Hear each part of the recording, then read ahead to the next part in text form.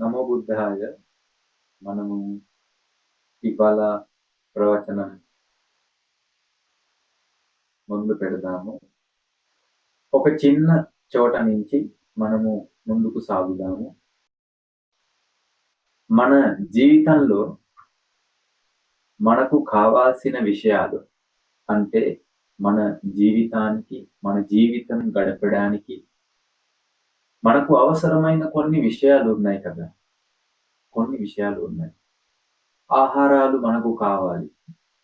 జీవించడానికి ఆహారాలు కావాలి. త్రాగడానికి నీళ్లు కావాలి.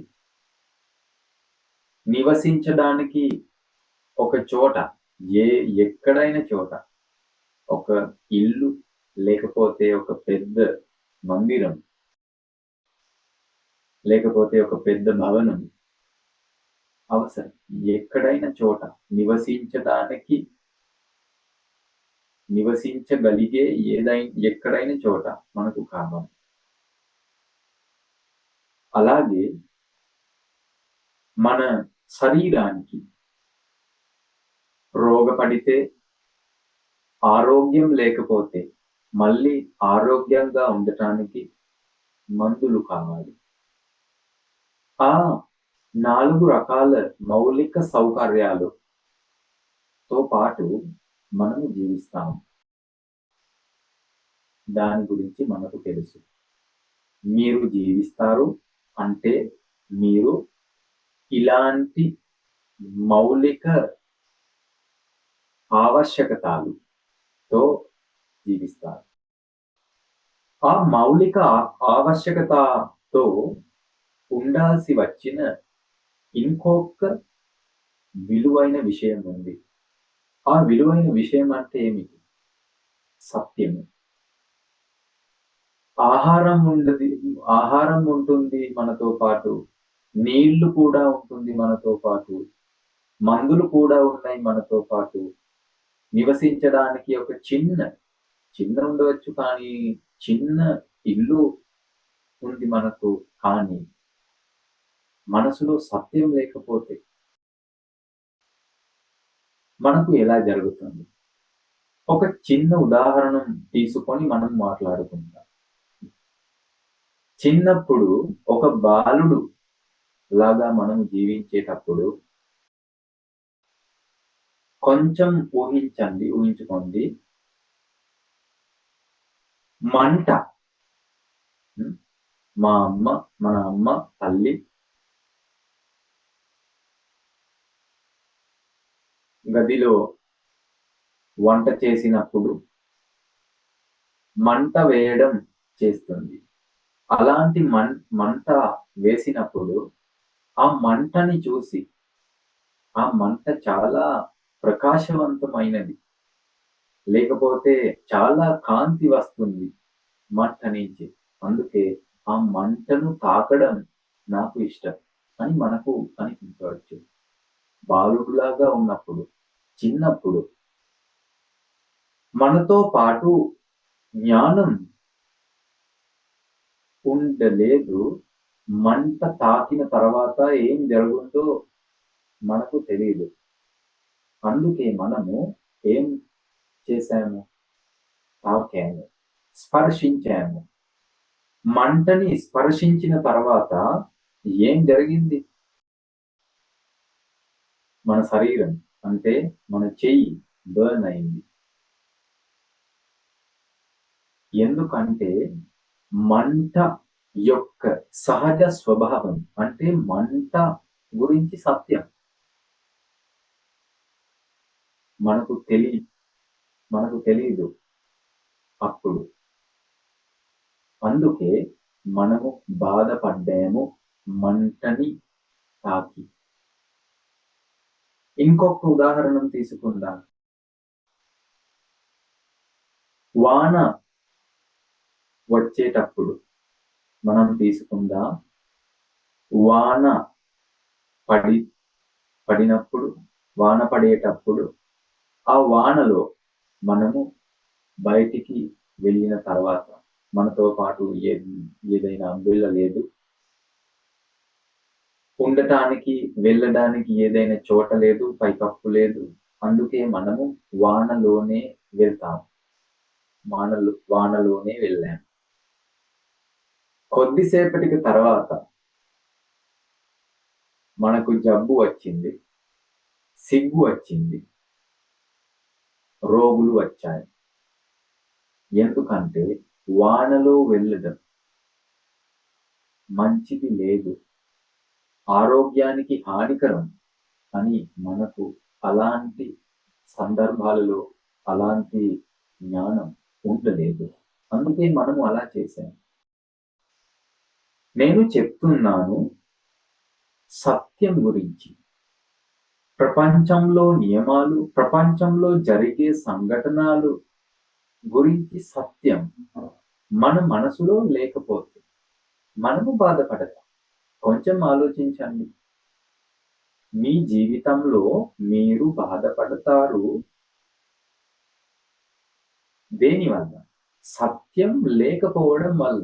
ఎలాంటి విషయం ఉండవచ్చు, ఏం జరుగుతుంది, ఏం జరిగినా సరే మీరు బాధపడతారు సత్యం మీ మనసులో లేకపోవడం వల్ల. అందుకే మన జీవితానికి ఎంతో అవసరమైన విషయం ఏమిటంటే సత్యం. మానసికమైన బాధలు మరియు శారీరకమైన బాధలు, రెండు బాధలు వస్తాయి సత్యం లేకపోవడం వల్ల. తినడానికి ఆహారాలు ఉండవచ్చు, కానీ మనసులో సత్యం లేకపోతే తిని ఇప్పుడు ఆకలి లేదు ఇప్పుడు, కానీ తిని మీరు మనసులో బాధపడతారు. ఎందుకంటే మనస్సులో సత్యం లేదు. అందుకే భగవాన్ బుద్ధుడు చెప్తారు సత్యం మన జీవితంలో ఉంటే మనము సంపూర్ణమైన వ్యక్తులు అని. అందుకే భగవాన్ బుద్ధుడు సత్యం గురించి మాట్లాడేవాడు. భగవాన్ బుద్ధుడు ఎల్లప్పుడూ సత్యం ఏమిటో బోధించేవాడు. అందుకే మనతో పాటు సత్యం ఉంది. అందుకే మనతో పాటు భగవాన్ బుద్ధుడి బోధనలు ఉన్నాయి. మనం మాట్లాడగలిగితే, అవగాహన చేసుకోగలిగితే, సత్యం ఉండటం ద్వారా మనము బాధపడము. బాధ లేదు మనసు. నాకు తెలుసు మీ జీవితంలో మీరు జీవించేటప్పుడు విభిన్న రకాల బాధలు వస్తాయి. పొద్దున్నే లేవడం నుంచి రాత్రిలో నిద్రపోవడం వరకు విభిన్న రకాలుగా బాధలు, అంటే సఫరింగ్స్, విభిన్న రకాల బాధలు మనసుకు వస్తాయి. ఎవరైనా వ్యక్తి వచ్చి నాకు తిట్టాడు, నాకు కొట్టాడు, నాకు నిందించాడు, ఏదైనా నా విషయం తీసుకువెళ్ళాడు. అలాంటి సందర్భాలు మన జీవితానికి వస్తాయి. అలాంటి సందర్భాలలో మన మనసులో సత్యం లేకపోతే ఈ ప్రపంచం గురించి, మన జీవితం గురించి సత్యం, నిజ స్వభావం, సహజ స్వభావం లేకపోతే మనం బాధపడతాం. అందుకే ఈ సత్యం మనకు చాలా అవసరం కదా. ఆహారం లాగా, జీవితం లాగా మనకు సత్యం కావాలి. కొంచెం తీసుకుందాం. ఒక కుక్కని తీసుకున్న తర్వాత ఆ కుక్కకి మీరు ఆహారాలు ఇస్తారు, తాగడానికి నీళ్లు ఇస్తారు. ఆ కుక్క ఆరోగ్యంగా లేకపోతే, రోగపడితే, ఏదైనా రోగానికి గురి అయితే మీరు మందు ఇస్తారు. కానీ ఆ కుక్కకి అలాంటి సందర్భాల గురించి సత్యం తెలుసుకోవడం అసాధ్యం. దానితో పాటు ఆ శక్యత, ఆ నైపుణ్యం లేదు. అందుకే ఈ రోగం ఏమిటి, ఎలా పుట్టింది, ఈ రోగం నుంచి బయటికి వెళ్ళడానికి అంటే ఈ రోగం నయం అవ్వడానికి ఏం చేయాలి? అలాంటి జ్ఞానం కుక్క మనసులో లేదు. అందుకే కుక్క ఇప్పుడు కూడా బాధపడుతుంది. తర్వాత అలాగే సందర్భంలో కూడా మళ్ళీ బాధపడుతుంది. ఎందుకంటే సత్యం బోధించడం, కుక్కకి సత్యం బోధించడం అసాధ్యం. అందుకే నేను చెప్తాను మన జీవితాలకు సత్యం చాలా అవసరమని. అందుకే భగవాన్ బుద్ధుడు కూడా సత్యం గురించి, భగవాన్ బుద్ధుడు మాత్రమే కాదు, ఈ ప్రపంచంలో పుట్టిన విభిన్న రకాల శాస్త్రజ్ఞులు సత్యం గురించి మాట్లాడేవారు. అందుకే మనం కొంచెం మాట్లాడుకుందాం సత్యం గురించి. The truth will set you free అని చెప్పారు జీసస్ క్రైస్ట్ ఈ ప్రపంచానికి పుట్టి. ఎందుకంటే సత్యం చాలా అవసరం. బౌద్ధ మతంలో సత్యానికి మనము చెప్తాము ధర్మం అని. మామూలుగా తీసుకుంటే ధర్మం అంటే దాన ధర్మాలు చేయడం, అంటే మంచిగా జీవించడం, ఇతరులకు సహాయం చేయడం, మంచి పనులు చేయడం కదా. మేలు చేయడం, సమాజానికి సేవ చేయడం, సమాజానికి మేలు చేయడం, అలాంటి సందర్భాలకు మనం చెప్తాము ధర్మం అని. బిచ్చగాళ్ళు కూడా అలాగే అడుగుతారు కదా, ధర్మం చేయండి, ధర్మం చేయండి లాగా అడుగుతారు. కానీ కొంచెం తీసుకుంటే బౌద్ధ మతంలో మనము ధర్మం అంటాము భగవాన్ బుద్ధుడి ధర్మం అంటే సత్యం. భగవాన్ బుద్ధుడి ధర్మం కాదు, సత్యం. ఈ ప్రపంచం గురించి సహజ స్వభావం. ప్రపంచం గురించి అర్థం చేసుకోగలిగితే మనకు సత్యం తెలుసు. మీకు సత్యం తెలిస్తే మీతో పాటు ప్రపంచం గురించి సహజ స్వభావం ఉంది, మీతో పాటు ఆ జ్ఞానం ఉంది. అందుకే సత్యానికి మనం చెప్తాము ధర్మం. భగవాన్ బుద్ధుడు కూడా ధర్మం చెప్తారు. ధర్మం అని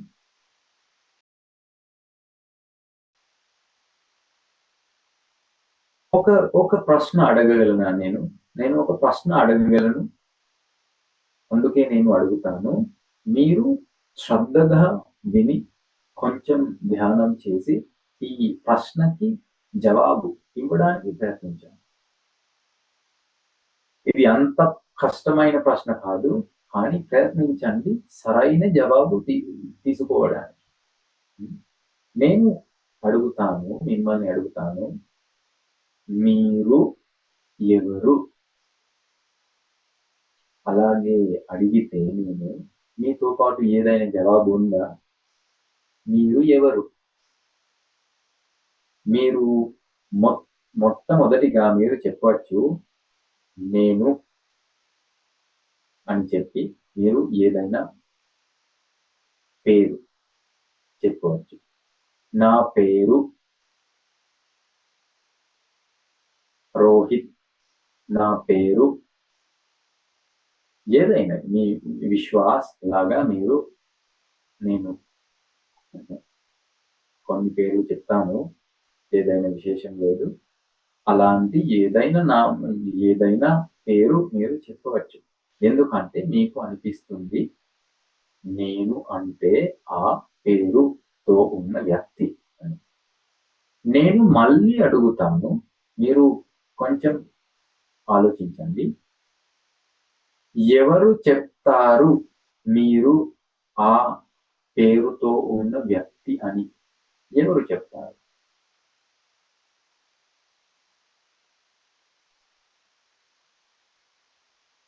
మీరు చెప్తారు నేను అంటే నేను శ్రీనివాస్ని.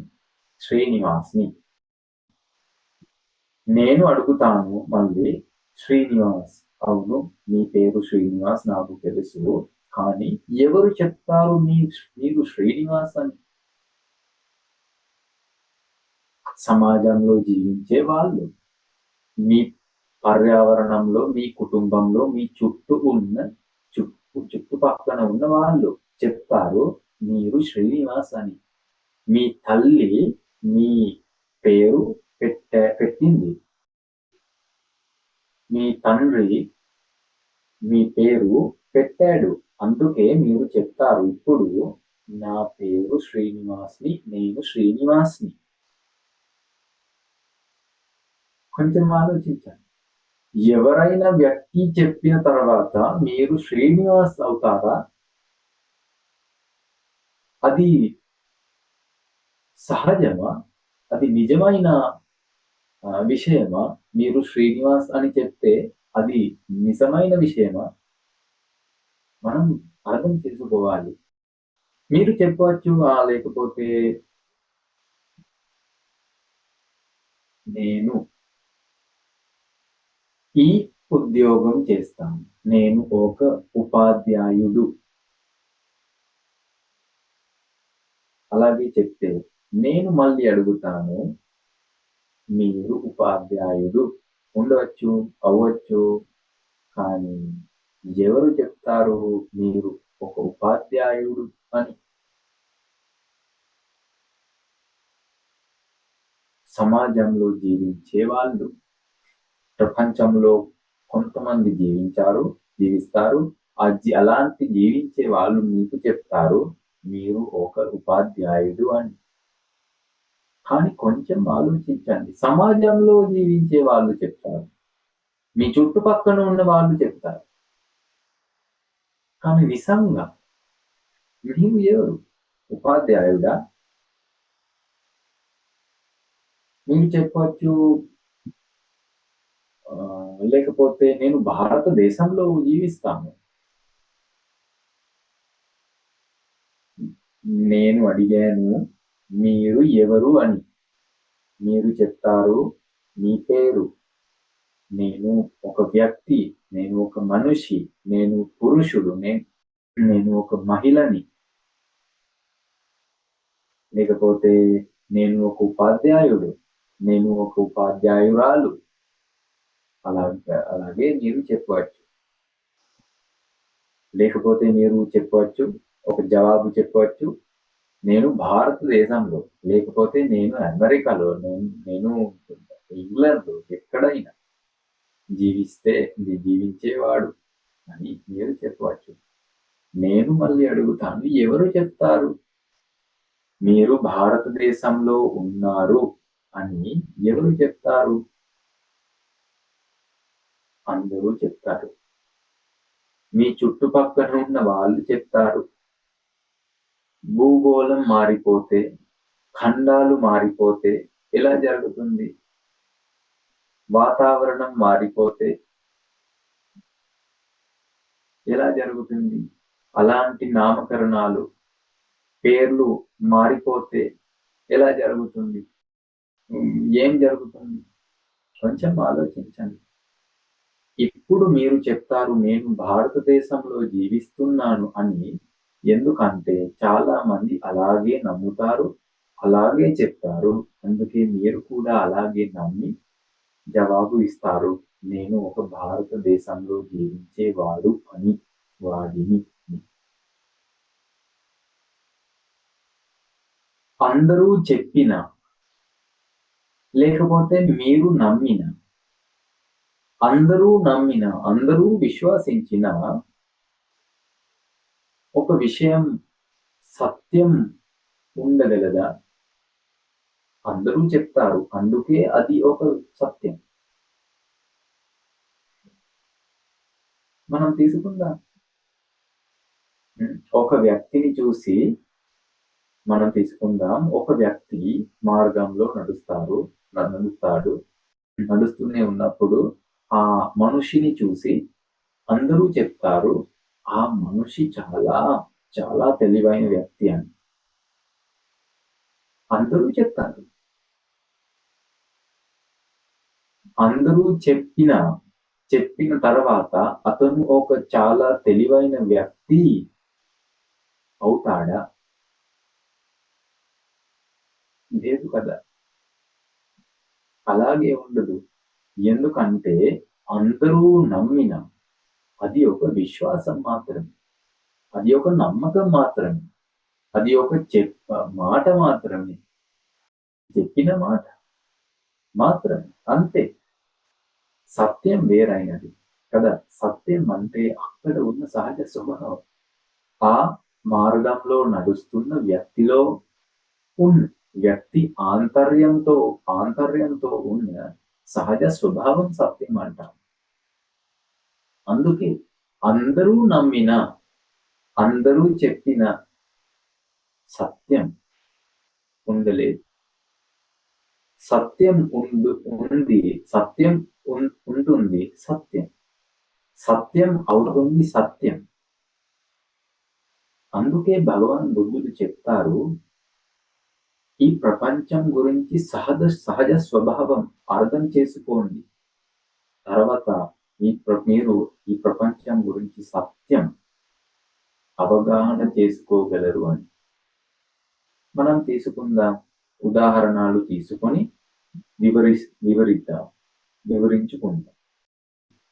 నా తెలుగు చాలా బాగా రాదు, కానీ మీరు క్షమించి నన్ను మన్నించి వినండి, దయచేసి ఓపికతో వినండి.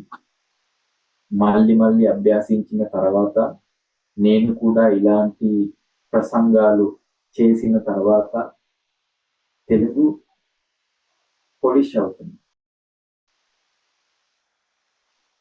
తీసుకుందాం,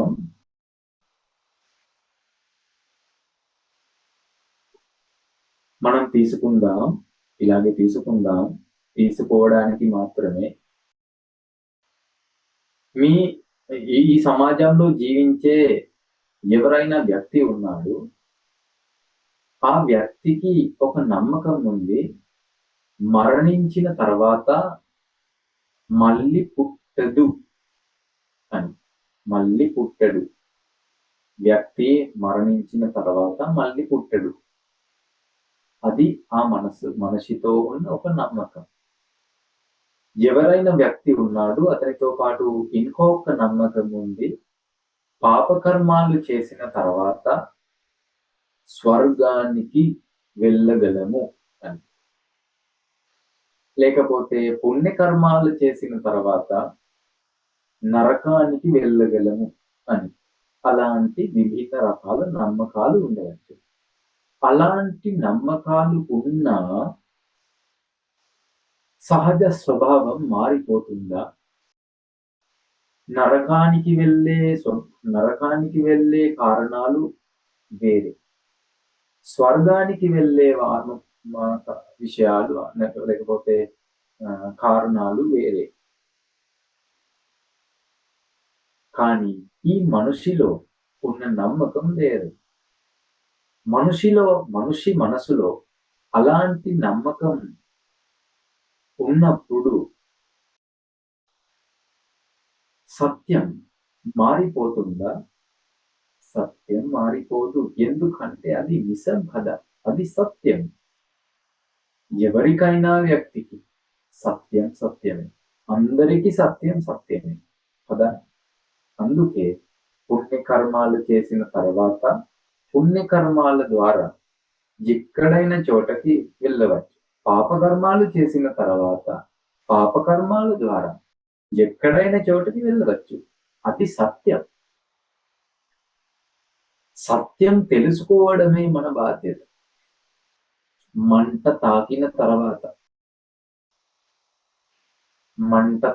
తర్వాత చర్మము బర్న్ అవుతుంది, అదే సత్యం.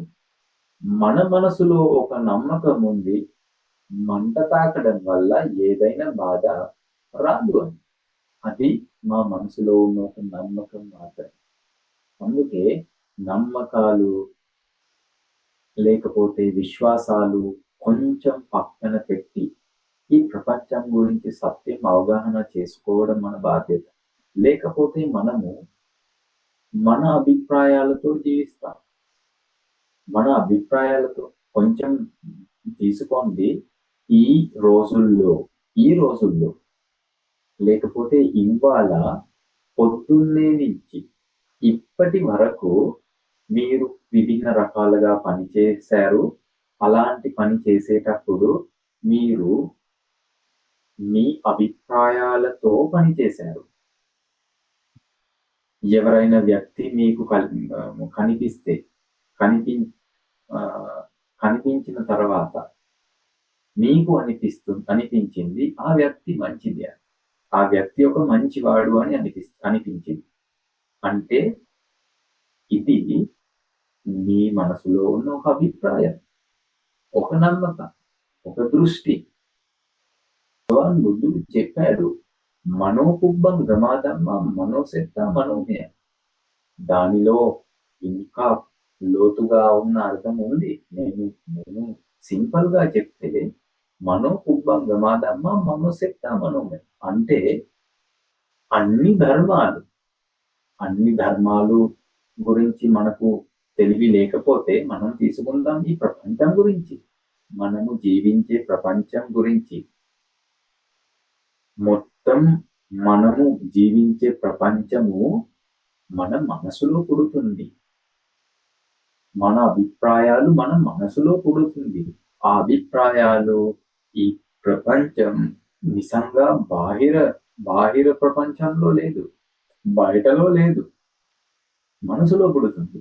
ఒక ఉదాహరణ ఇస్తాను, కొంచెం తీసుకుందాం. మీకు బహుశా అనిపించవచ్చు, నేను అంటే ఇలాంటి ప్రసంగించే భిక్షుడు ఒక మంచివాడు అని, లేకపోతే ఒక చెడ్డవాడు అని మీకు అనిపించవచ్చు. కొంచెం తీసుకుందాం. అది నిజమా? అది నిజమా లేకపోతే అది అబద్ధమా? మనకు ఎలా తెలుసు అది నిజమా లేకపోతే అది అబద్ధం? నేను ఒక వాడినా లేకపోతే ఒక చెడ్డవాడిని మీకు ఎలా తెలుసు? మీ మనసులో ఒక అభిప్రాయం ఉంది అంటే అది కేవలం ఒక అభిప్రాయం మాత్రమే. అంటే మీ మనసులో ఆ అభిప్రాయం పుట్టింది. ఇప్పుడు మీ ప్రపంచం కొంచెం తీసుకుందాం. మీతో పాటు ప్రపంచం, చాలా పెద్ద ప్రపంచం ఉంది. నాకు తెలుసు. నేను ప్రపంచం అని పదంతో నేను చెప్తాను, ఈ మొత్తం మహాద్వీపాలు, ఖండాలు, దేశాలు, ప్రాంతాలు, ప్రదేశాలు, అలాంటి ప్రపంచం గురించి కాదు నేను చెప్తాను ఇప్పుడు మీ ప్రపంచం మనం తీసుకుందాం. ప్రపంచం గురించి కూడా మనం అర్థం చేసుకోవాలి. లేకపోతే మనము అనుకుంటున్నాము ప్రపంచం అంటే ఈ అమెరికా ఉన్న, లేకపోతే ఇంగ్లాండ్ ఉన్న, కెనడా ఉన్న, ఆస్ట్రేలియా ఉన్న, ఆఫ్రికా ఉన్న, మొత్తం ఈ భూగోళం గురించి మనం మాట్లాడుకుందాం. మనము అనుకుంటున్నాం ప్రపంచం అంటే ఈ భూగోళం, ఈ పృథివీ, ఎర్త్ అంటాము మనం. ప్రపంచం అంటే అలాంటి విషయము కాదు. నేను చెప్పే ప్రపంచం అంటే అలాంటి విషయం కాదు. మొత్తం ప్రపంచం మన మనసులోకి తీసుకోవడానికి 6 రకాల మార్గాలు ఉన్నాయి. మనము కళ్ళు ద్వారా, మన కళ్ళు ఉన్నాయి కదా, 2 కళ్ళు ఉన్నాయి అంటే ఐస్, 2 ఐస్ వి హ్యావ్. 2 కళ్ళు ఉన్నాయి.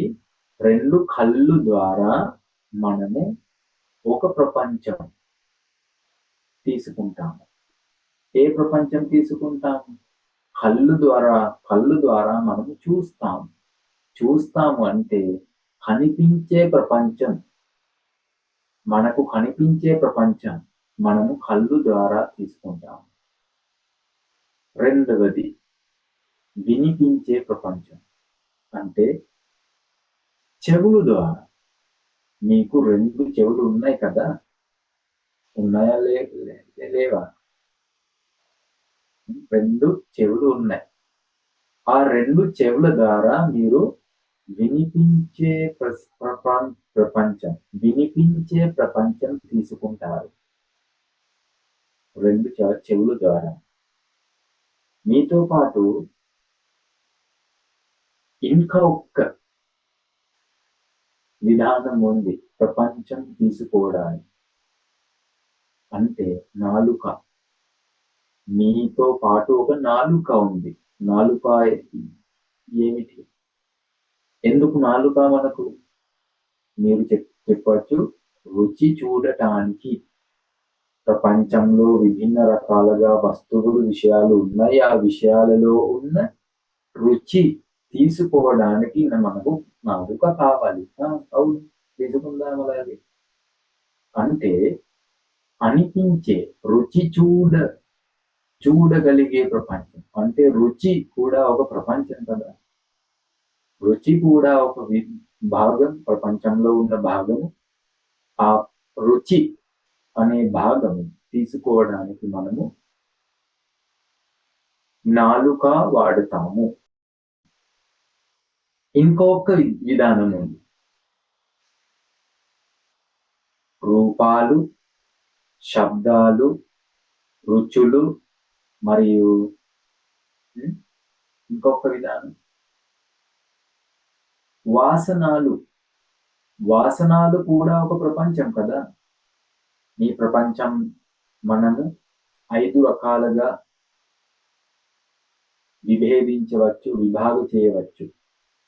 రూపాలు, శబ్దాలు, గంధాలు అంటే వాసనాలు, రసాలు అంటే రుచులు, తాకడం అంటే స్పర్శాలు. ప్రపంచం అంటే అదే. ఆ విషయాలు మాత్రమే ప్రపంచం. అయితే వాసనాలు తీసుకోవడానికి, వాసన చూడటానికి కూడా ఒక ప్రపంచం, ఒక మార్గం ఉంది. ఆ మార్గం అంటే ఏమిటి? ముక్కు. ముక్కుతో పాటు మీరు వాసనలు చూస్తారు. చివరికి మీ శరీరం, మొత్తం శరీరం అంటే చర్మంతో మీరు బాహ్య ప్రపంచంలో ఉన్న ఉత్తేజాలు తీసుకోగలరు. ఉత్తేజాలు అంటే స్పర్శాలు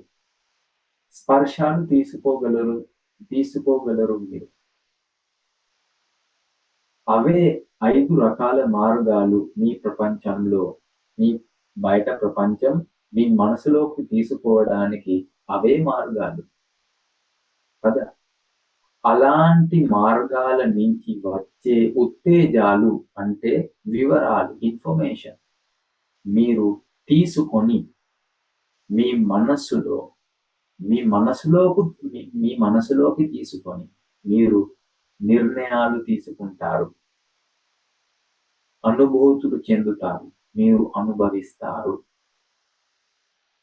కొంచెం ఆలోచించండి. ప్రపంచం అంటే ఈ భూగోళం కాదు.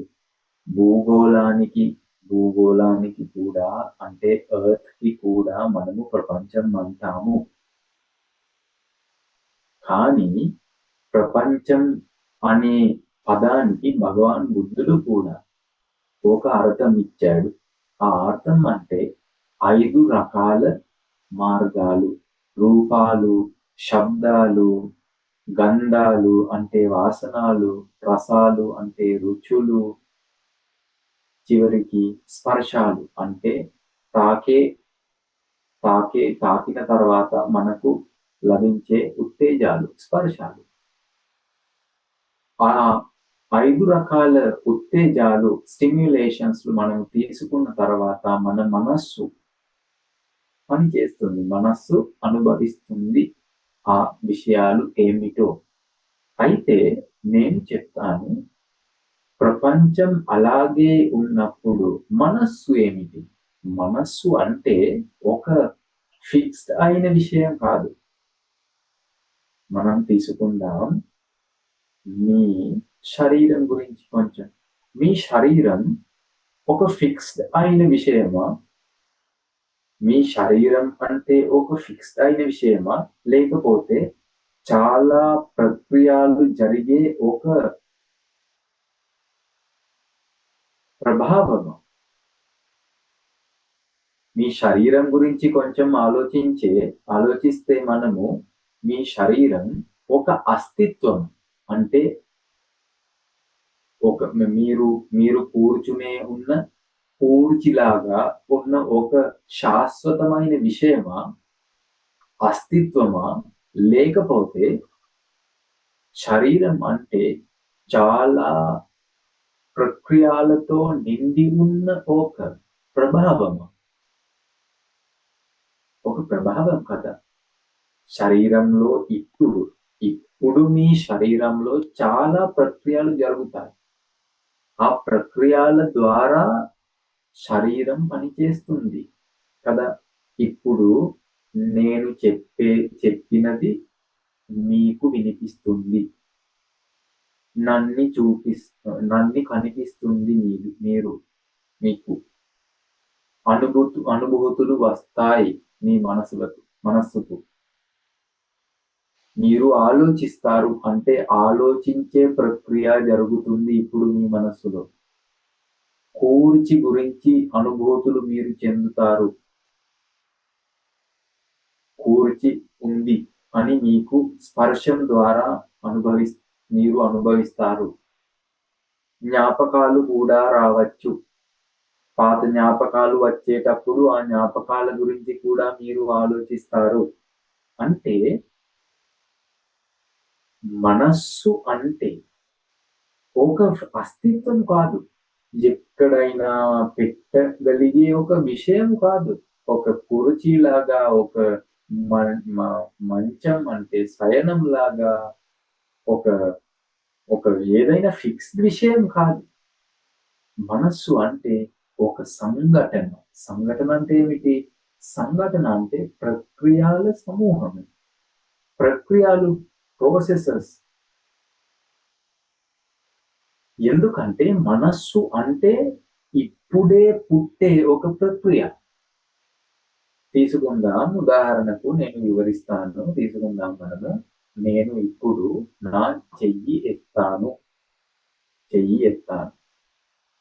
చెయ్యి ఎత్తిన తర్వాత మీకు కనిపిస్తుంది, నేను చెయ్యి ఎత్తి ఉన్న స్వభావము, ఉన్న రూపము మీకు కనిపిస్తుంది.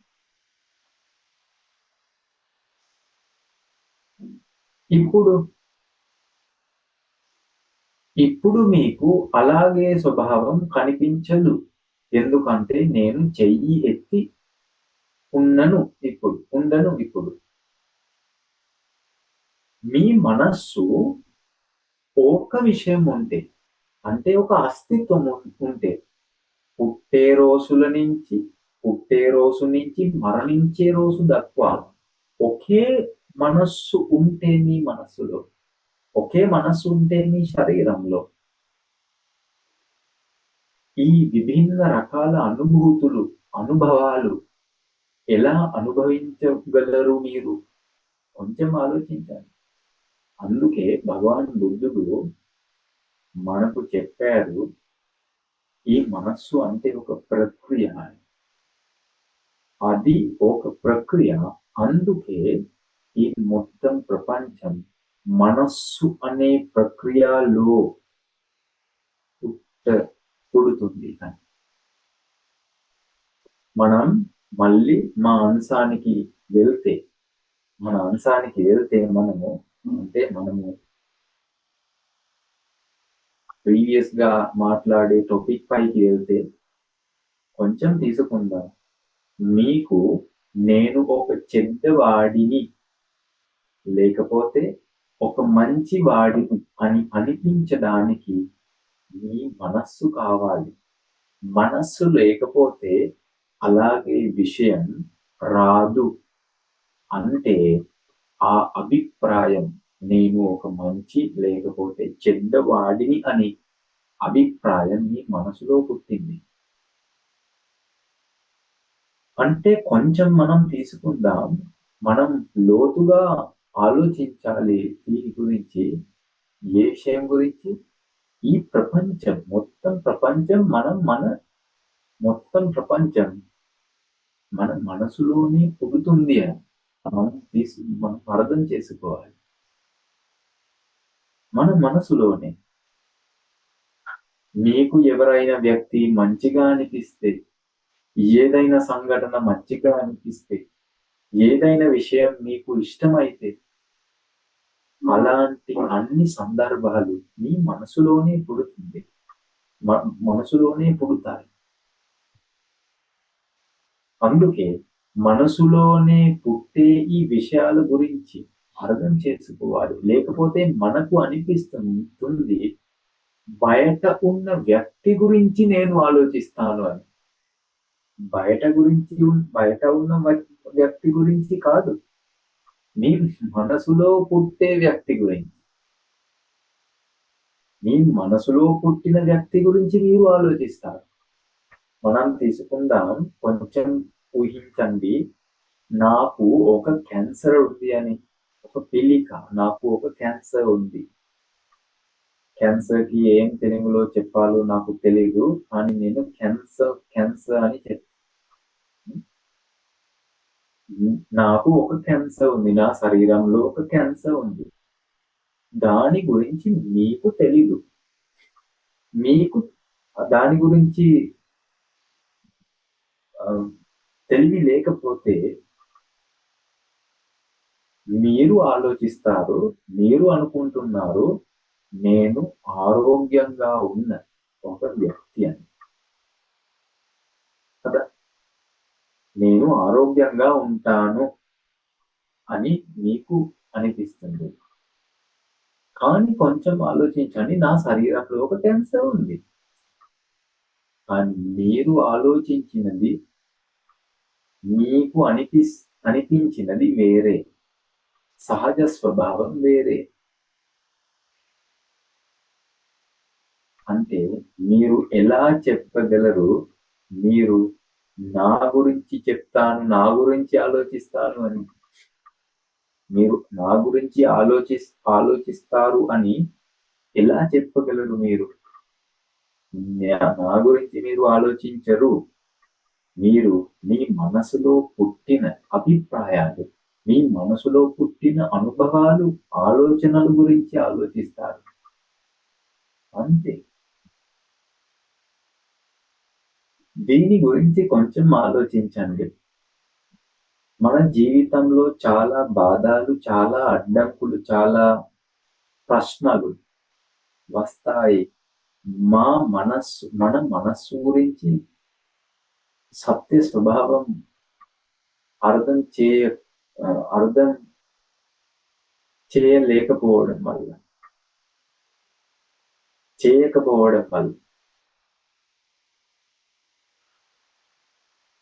అందుకే మనస్సు గురించి ఆలోచించండి. మనస్సు గురించి మంచిగా అర్థం చేసుకోవడానికి ప్రయత్నించండి. ఒక వ్యక్తి వస్తాడు, మీరు ఇక్కడి నుంచి అక్కడికి వెళ్తారు.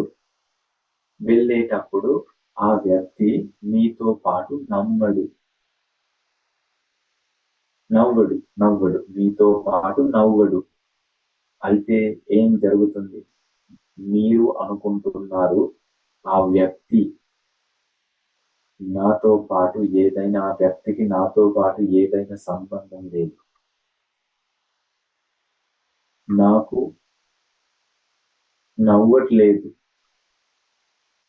నవ్వను, ఎందుకంటే అతను నవ్వడు, నేను కూడా నవ్వను. నాతో పాటు ఒక సమస్య ఉంది అతనికి, అందుకే నవ్వుడు అతను, నవ్వలేదు. అలాగే విభిన్న రకాల ఆలోచనలు మీ మనసులో పుట్టవచ్చు. కొంచెం తీసుకోండి, కొంచెం అర్థం చేసుకోండి. ఆ అన్ని ఆలోచనలు మీ మనసులోనే పుట్టాయి. మీరు మీ మనసులోనే పుట్టిన ఆలోచనలతో ఆలోచిస్తారు, ఆ వ్యక్తి గురించి కాదు.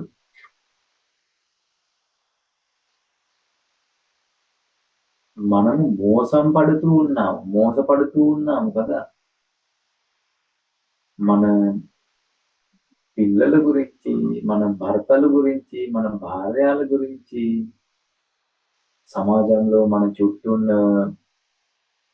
వాళ్ళ గురించి మనతో పాటు చాలా అభిప్రాయాలు ఉన్నాయి. కానీ ఆ అభిప్రాయాలు కేవలం అభిప్రాయాలు మాత్రమే. మనం అర్థం చేసుకోవాలి. లేకపోతే మనము ఆలోచిస్తాము ఆ అభిప్రాయాలు నిజమైనవి అని. ఆ అభిప్రాయాలు నిజమని మనం ఆలోచిస్తాం. మనం బాధపడతాం తర్వాత. అతనికి ఏదైనా విషయం గుర్తుకు వచ్చింది. అందుకే అతను అనుకుంటూ వెళ్ళాడు. అందుకే మీతో పాటు నవ్వలేదు. అలాగే ఉండవచ్చు. సందర్భం వేరైన వేరైన సందర్భం ఉండవచ్చు. మీతో పాటు ఏదైనా సమస్య లేదు అతనికి. కానీ మీకు అనిపించింది అతను ఒక వ్యక్తి అలాగే వ్యక్తి అతను. నాతో పాటు నవ్వలేదు. నేను కూడా నవ్వను. అలాగే మీ మనసులో ద్వేషం, కోపం లేకపోతే వైరం పుట్టవచ్చు. మీరు మాత్రమే బాధపడతారు. కేవలం మీరు మాత్రమే బాధపడతారు. ఎందుకంటే అతనికి మనసులో కోపం లేదు. అతని మనసులో కోపం లేదు కదా. మీ మనసులో కోపం ఉంది. మీ మనసులో క్రోధం ఉంది, వైరం ఉంది. అంటే మీరు బాధపడతారు ఖచ్చితంగా. అతని మనసులో బాధ లేదు. ఎందుకంటే అతనికి మీ గురించి ఏదైనా ఆలోచన లేదు. అతను వెళ్ళిపోయాడు. మీరు ఇంకా ఇక్కడ నిలబడి బాధపడతాం. ఎందుకంటే మనకు మన మనసులో పుట్టే విషయాల గురించి అవగాహన లేదు, అవబోధం లేదు. అందుకే ఆలోచించాలి, అర్థం చేసుకోవాలి మన మనస్సు గురించి. సత్యం సత్యం ఉంటే మీరు గెలించగలరు. సత్యం ఉంటే మీ జీవితం మీరు గెలించగలరు. సత్యం లేకపోతే మీరు లౌకిక మార్గంలో గెలించిన తర్వాత కూడా ఓడిపోయేది. ఎందుకంటే సత్యం లేదు మనసులో. సత్యం లేకపోతే సంతోషం లేదు. డబ్బులు ఉండవచ్చు మీ పాకెట్లో. చేయగలిగితే చేయండి. డబ్బులు ఇచ్చి సంతోషం తీసుకోండి. విషయాలు కాదు, సరుకులు కాదు, ఆహారాలు కాదు, బట్టలు కాదు, ఏదైనా అలాంటి విషయం కాదు. సంతోషం తీసుకోండి.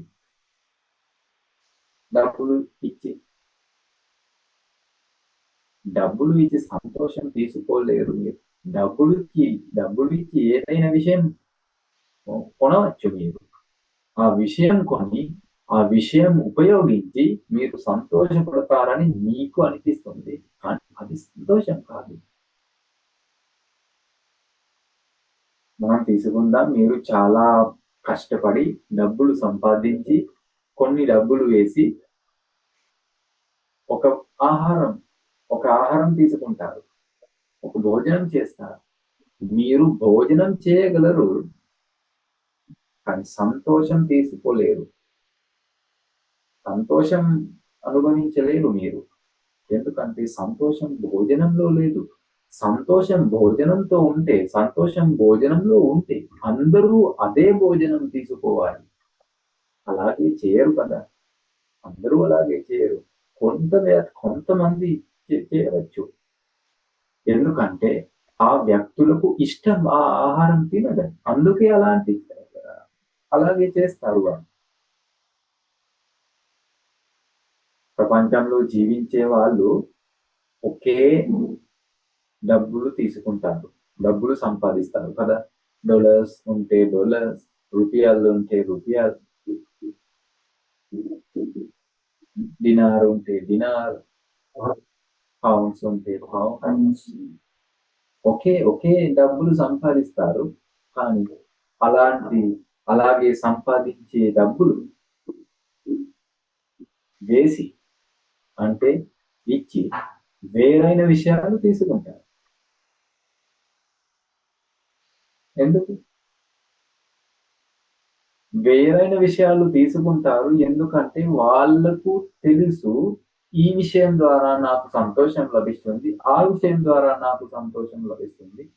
నేను నేను మిమ్మల్ని అడిగితే ఏ విషయం ద్వారా మీకు సంతోషం లభిస్తుంది అని మీరు చెప్పవచ్చు. నాకు ఒక కారు ఉంటే నాకు సంతోషం.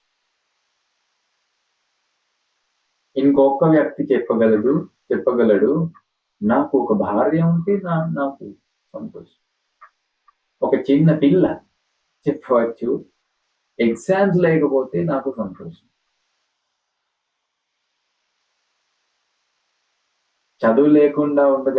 చదువుకుండా ఉండగలిగితే నాకు సంతోషం. అతను చెప్పవచ్చు కదా. సంతోషం ఇలాగే వేరైన విషయం ఉండగలదా?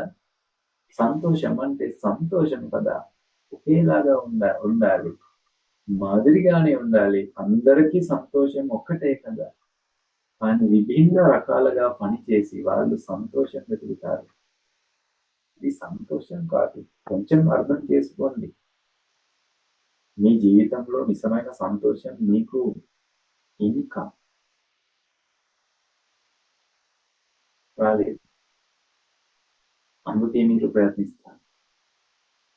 అందుకే కొంచెం ప్రయత్నించండి. నిజమైన సంతోషం మనము తీసుకోగలము, పొందగలము మనం.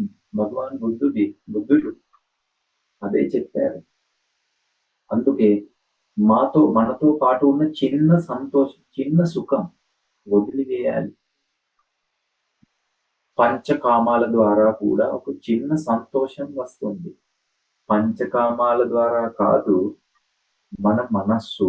మనము ముందుగా మాట్లాడుకుందాం ఇలాంటి విషయాల గురించి. మనము ఏదైనా విషయంపై కోరిక పడితే బాధపడతాం. బాధపడి ఏదైనా పని చేసి ఆ విషయం సాధించగలిగితే, బాధ నుంచి బయటికి వెళ్ళినప్పుడు మనస్సుకు సంతోషం లాగా ఒక చిన్న రిలీఫ్ అనిపిస్తుంది. అది ఒక రిలీఫ్ మాత్రమే, నిజమైన సంతోషం కాదు. నిజమైన సంతోషం ఉంటే అందరూ ఆ సంతోషం పొందగలిగాలి. కానీ అది అసాధ్యం కదా, అసంభవ్యం. అది అసంభవ్యం. అందుకే పంచకామాల ద్వారా మనకు లభించే చిన్న సంతోషం కొంచెం పక్కన పెట్టి, నిర్వాణం అనే చాలా పెద్ద సంతోషం తీసుకోవడానికి మనము ప్రయత్నించాలి అని భగవాన్ బుద్ధుడు చెప్పాడు. అందుకే నాకు తెలుసు, మీరందరూ చాలా అదృష్టవంతులు, పుణ్యవంతులు. అందుకే మీరు విని ఉంటారు, ఈ ధర్మలు మీకు లభిస్తుంది. ఈ ధర్మం చాలా అదృష్టవంతులు మీరు. ప్రయత్నించండి ఈ ధర్మం గురించి. ధర్మం అంటే సాధారణమైన ధర్మం కాదు. నాకు ధర్మం చేయండి అలాగే ధర్మం కాదు. ధర్మం అంటే సత్యం. ఈ ప్రపంచం గురించి సత్యం మనము ధర్మం అంటాము. ఆ ధర్మం అంటే సత్యం అర్థం చేసుకోవడానికి ప్రయత్నించండి. విస్తీర్ణంగా ఈ ప్రపంచం చూడటానికి ప్రయత్నించండి. అప్పుడు మీరు నిజమైన సంతోషపడతారు. మీరు సంతోషం పొందగలరు. మనము సహాయం చేస్తాము మీకు. అందుకే ఈ సహాయం తీసుకొని సంతోషంగా జీవించండి. సంతోషం మీ అందరి కోసమే. బాధపడకండి. నేను చెప్పగలను బాధపడకండి అని. కానీ సత్యం, మీ మనసులో క్లేశధర్మాలు ఉంటే, హేతువులు ఉంటే మీరు బాధపడతారు. నేను చెప్పగలను బాధపడకండి, సంతోషంగా ఉండండి, అలాగే చెప్పగలను. చెప్పినా మీ మనసులో బాధ ఉంటే బాధపడతారు మీరు. సత్యం లేకపోతే బాధపడతారు మీరు. మంట గురించి అర్థం చేసుకోలేకపోతే మంట తాకుతారు మీరు. మంటను స్పర్శిస్తారు. మంటను స్పర్శించిన తర్వాత మీరు బాధపడతారు, ఎందుకంటే చర్మం బర్న్ అవుతుంది కదా. అలాగే అలాగే సత్యం లేకపోతే మీరు బాధపడతారు. నేను ఏం చెప్పినా సరే మీరు బాధపడతారు. అందుకే సత్యం మీ మనస్సుకు తీసుకోండి. అర్థం చేసుకోండి. చిన్న చిన్న పుణ్యకర్మాలు కూడా చేయండి. దీని గురించి ఇంకా మాట్లాడుకుందాం. అందుకే మీరందరికీ భగవాన్ బుద్ధుడి ఆశీర్వాదం మరియు మహనీయమైన రత్నము మీ అందరికీ ఆశీర్వాదించుగాక. ధన్యవాదాలు.